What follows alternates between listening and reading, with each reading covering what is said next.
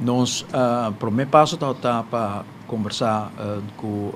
colega Juan David, ministro que ha desbrigado trabalho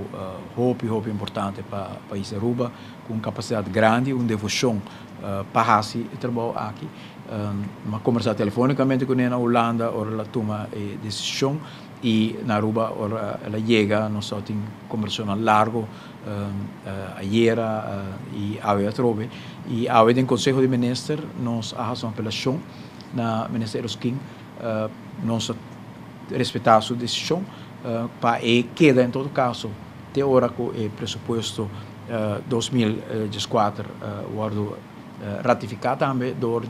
governador e assim na percurar também para o qual nós chamamos popularmente lopende zaken por guardo atender de uma forma responsável e nesse momento o senhor Erskine avisa nós que esta toma isso aqui em consideração, esta mira também que é importante para caso não pendente que da cana tem um momento que botem pressuposto e que botem também é reemplazante para o Ministério Erskine. Também importante tá que o Ministério Erskine avisa que queda disponível para ajudar o governo, para ajudar o país Aruba. Isso é importante sobre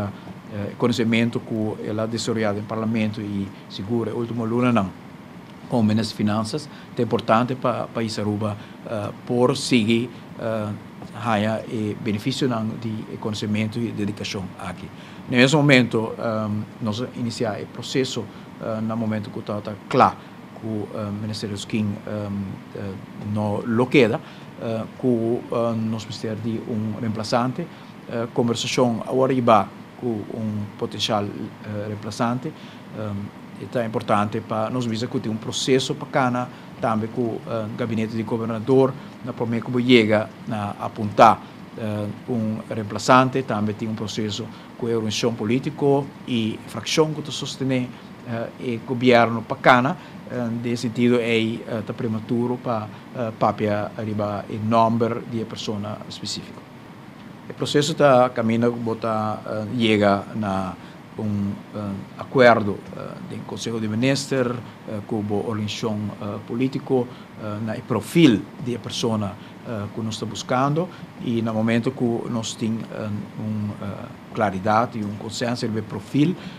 agora é o ministro presidente que está o formador está acercar esse não que está agora mirar que está quadra que perfil aqui e uma vez que tem candidato aqui está agora apresentar na gabinete de governador para assim e trabalho que forma parte de nomeação de ministro e uma vez que você está segurar você vai back a trobe na organização política e a fração para ganhar e sostém e depois você logicamente vai ao parlamento para por nombrar a pessoa que o ministério reemplaçar, senhor.